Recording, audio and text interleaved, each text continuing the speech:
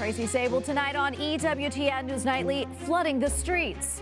You must stop this war on Gaza. Ceasefire now, please. Thousands gather in the nation's capital calling for the Biden administration to end U.S. aid in Israel. We have the latest. Blinken blitz.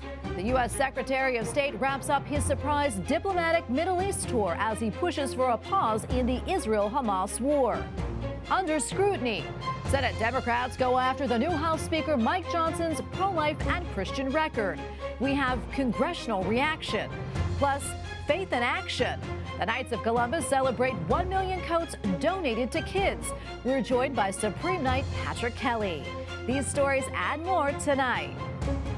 From EWTN, the Global Catholic Network, this is EWTN News Nightly.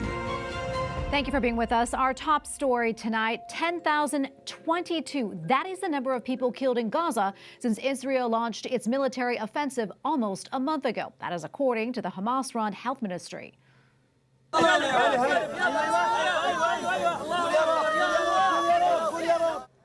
UN Secretary General Antonio Guterres issued a dire warning today, saying Gaza is, quote, becoming a graveyard for children. He added the case for a humanitarian ceasefire becomes more urgent with every passing hour. This as Israeli airstrikes intensify.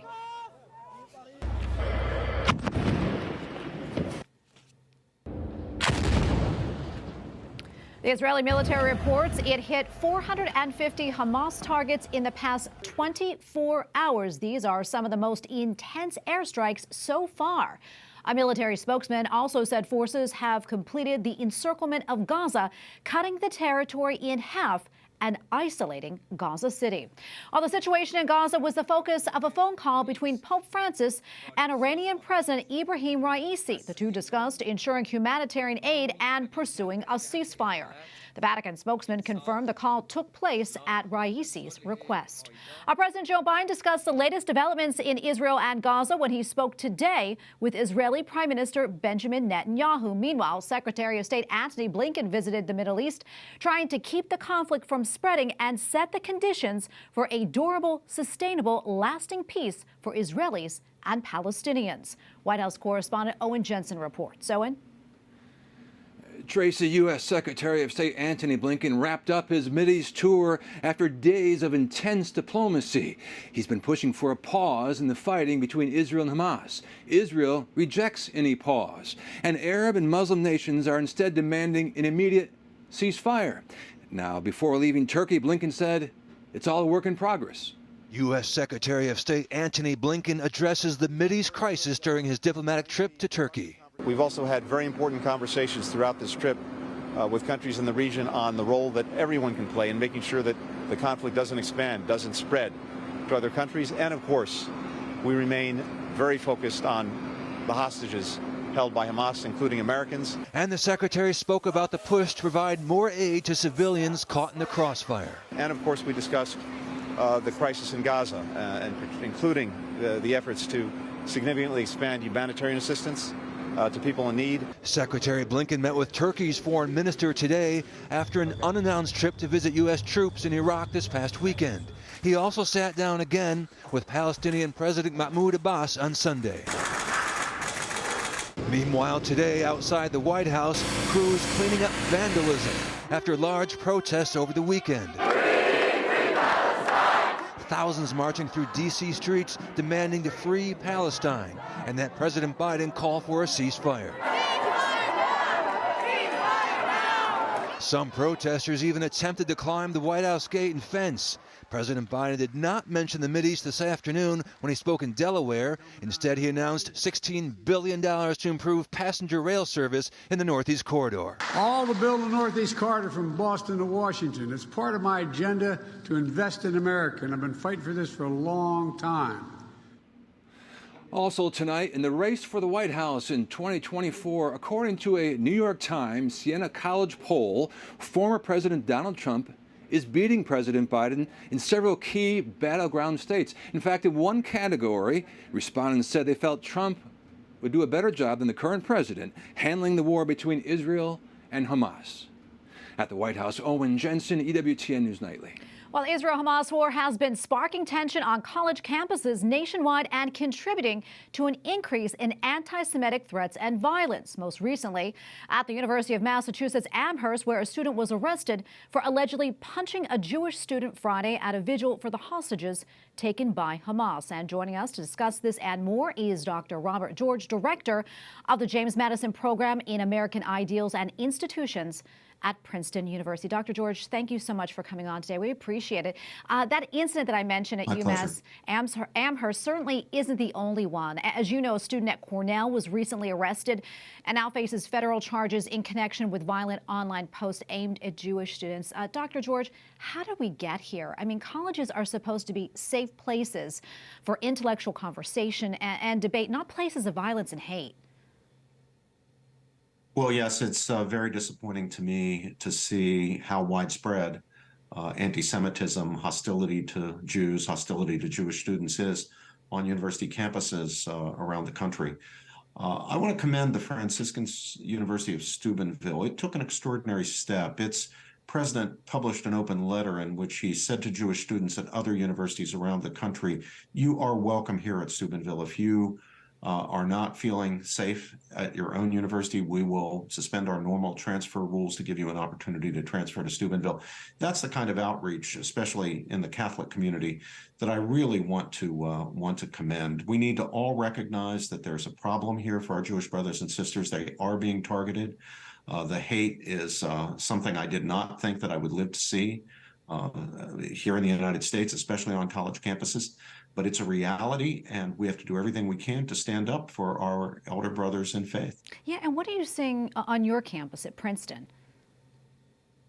Well, it has not been as bad as it has been at some places, but we have had what can only be described as some pro-Hamas demonstrations or demonstrators, some chanting slogans that cannot but be interpreted as anti-Semitic slogans that seem to be directed at the idea that there should be no Jewish presence, certainly no Jewish state in the Middle East, that Jews should be driven out.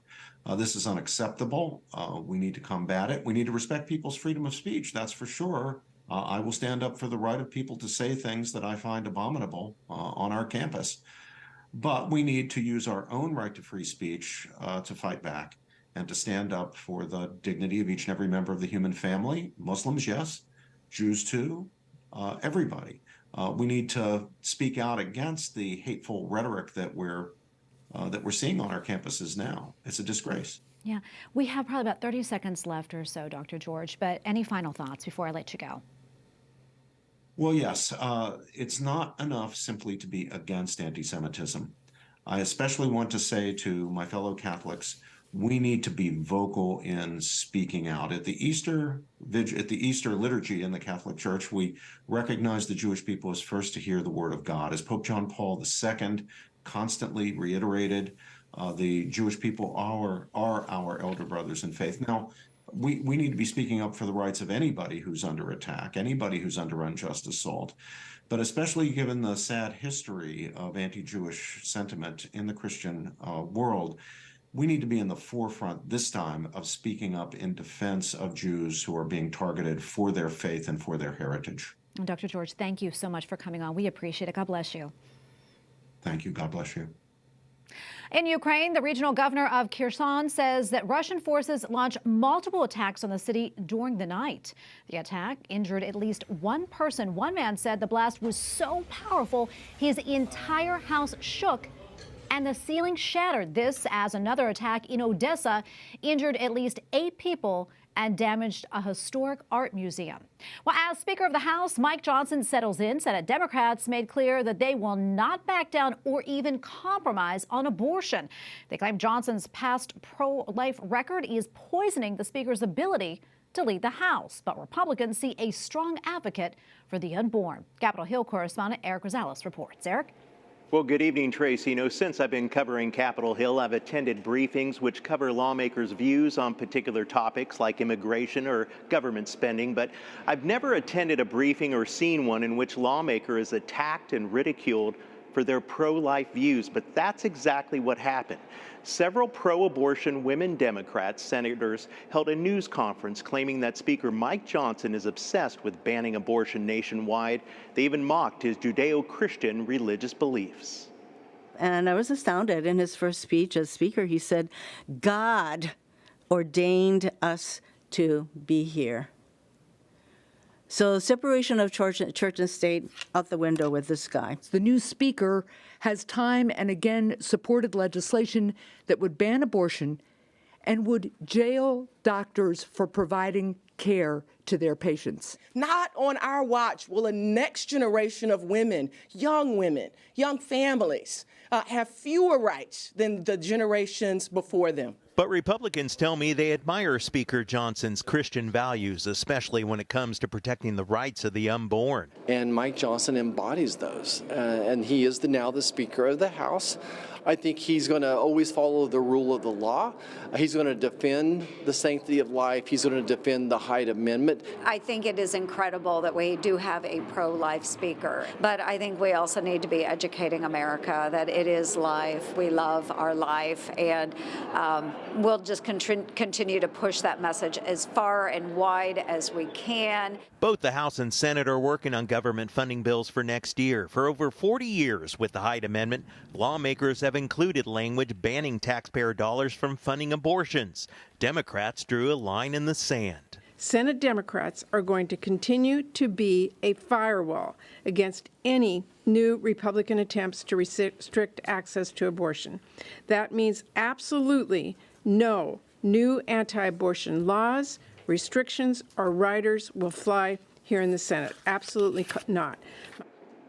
Republicans tell me that Democrats will not be able to remove those pro-life protections in the final versions of the bills. However, GOP senators tell me that they are discouraging Speaker Johnson from trying to pass any pro-life legislation before the 2024 election, fearing that it could impact the GOP's chances of regaining the majority.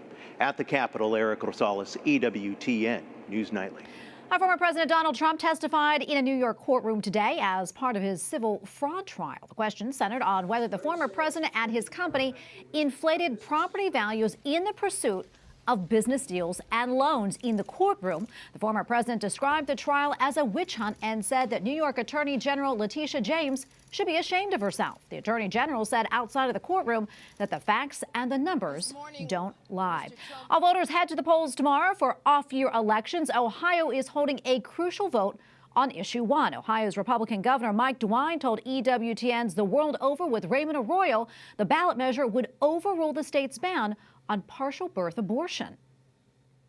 It would say that an abortion could occur in the state of Ohio at any time right up to birth. Pro-life activists have been working to counteract pro-abortion advocates in the state so the measure doesn't pass. Other states where abortion is on the ballot include Kentucky and Mississippi's gubernatorial races. And we have a lot more still to come here on EWTN News Nightly, including Brooklyn backlash. Brooklyn Parish is under fire after the production of a controversial music video. We'll tell you more. And a soldier and religious sister shares her unique perspective on the war in the Middle East.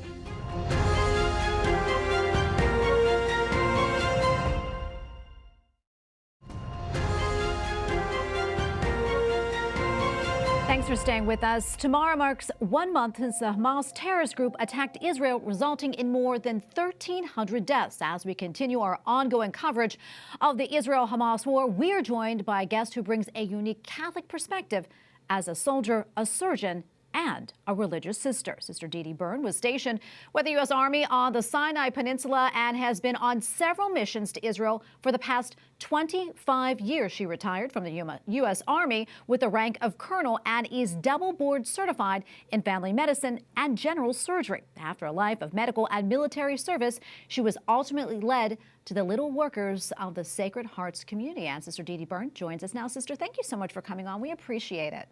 Thank you for having me, Tracy. You know, most of us are far removed from the Israel-Hamas war, yet I know you know this region very well. Curious, what was your reaction when you first learned what was happening in the Holy Land? I think the same as everyone else, shock and disappointment and sadness. Just thinking of all the innocent lives that have been taken, but it's been going on for centuries and centuries in ebbs and flows. So it was shocking, to be honest with you.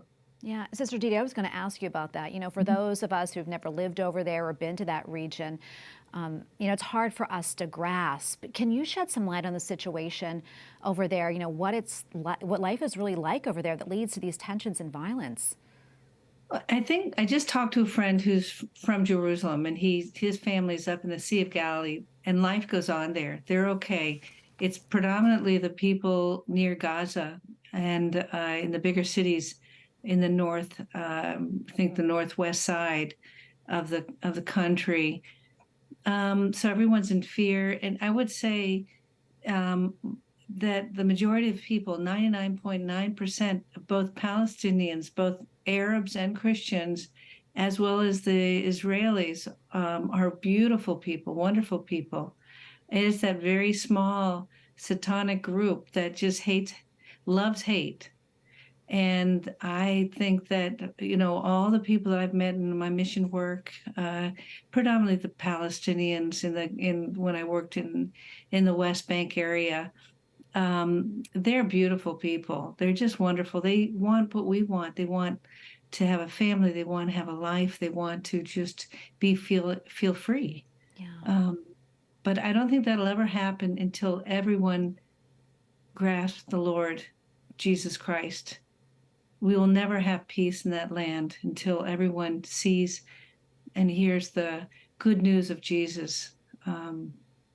So that's why our Franciscan brothers are doing such great work. We have many religious orders and communities, both Orthodox, Catholic, and Protestants, that are there to try to bring the good news to all these people, both the Palestinian, Arab, Muslims, and Christians, as well as the Jews.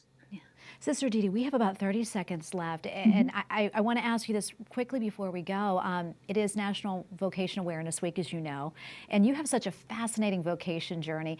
Do you have any words of advice for a young man or woman who is maybe discerning the religious life? Absolutely. Spend as much time as you can discerning in front of the Blessed Sacrament. As our founder, who's now blessed, Francesca Maria Greco, said, it was before the most blessed sacrament that I found the love of Jesus and the power of that love. And if we can empty our own wishes and open our hearts to whatever God is calling you to, whether it's religious life or married life, He will answer those and bring Our Lady to our Blessed Mother. So pray that rosary. It's the real deal. And spend time before the most blessed sacrament. He will guide us to where He's calling you and where He needs us most. Sister Dee, thank you so much for your insights and for coming on. We appreciate it. God bless you. Thank you, Tracy. God bless you. A Brooklyn pastor no longer has oversight over a parish where a pop star was shooting a controversial music video. Brooklyn Bishop Robert Brennan celebrated a mass of reparation at the Annunciation of the Blessed Virgin Mary Church. The diocese says the bishop restored the sanctity of the church and repaired the harm. This following pop star Sabrina Carpenter's music video showing her dancing provocatively around the altar. Well, up next on EWTN News Nightly, a moment of joy. Pope Francis meets with children from around the world ready to learn something new. Plus, Coats for Kids. The Knights of Columbus celebrate a major milestone in their charity program.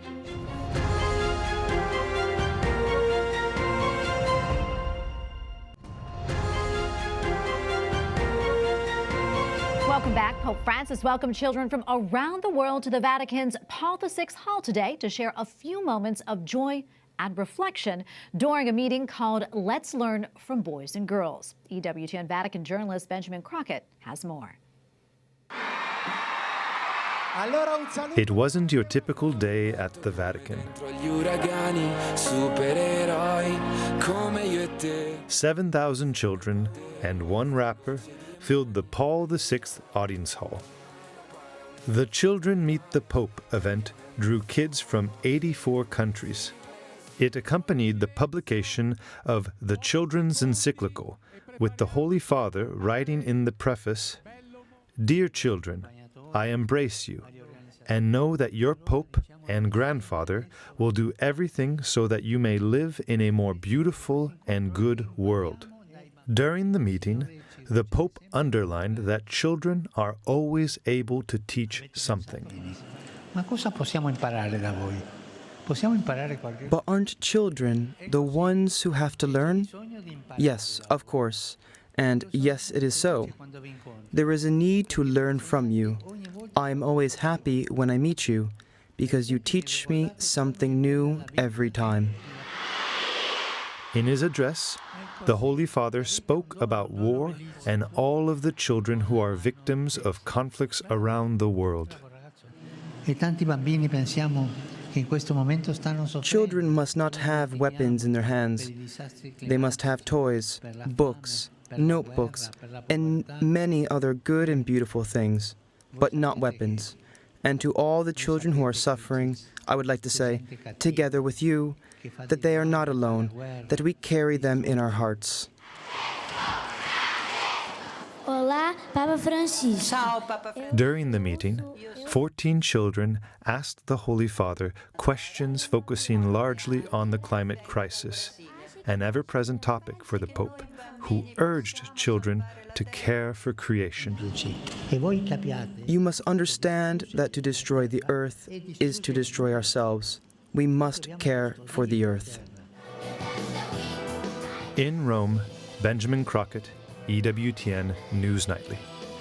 And finally tonight, the Knights of Columbus celebrate a milestone today, donating its 1 millionth coat through their Coats for Kids program. It was made possible by a special event earlier today in Colorado with the distribution of nearly 1,000 new coats to underprivileged children in 5 Denver Catholic schools. It comes alongside a donation of $50,000 to those 5 schools. This year alone, more than 1,500 Knights Councils will hand over 200,000 coats.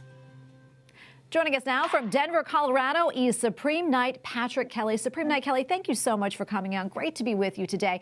So tell us more about what's happening today in Denver. Big news. So, hi, Tracy. We're here at Annunciation Catholic School, and it's a very big day for us because we gave out our 1 millionth coat in the Knights of Columbus Coats for Kids program. So we had the whole school here, and we were giving out coats, and we gave out our 1 millionth coat to this fabulous little girl, and it's been a great morning. That's wonderful. And for those who aren't familiar, can you talk to us more about the Coats for Kids program, its goal, and also how it fits in line with the Knights of Columbus founder, Blessed Michael McGivney's mission of charity?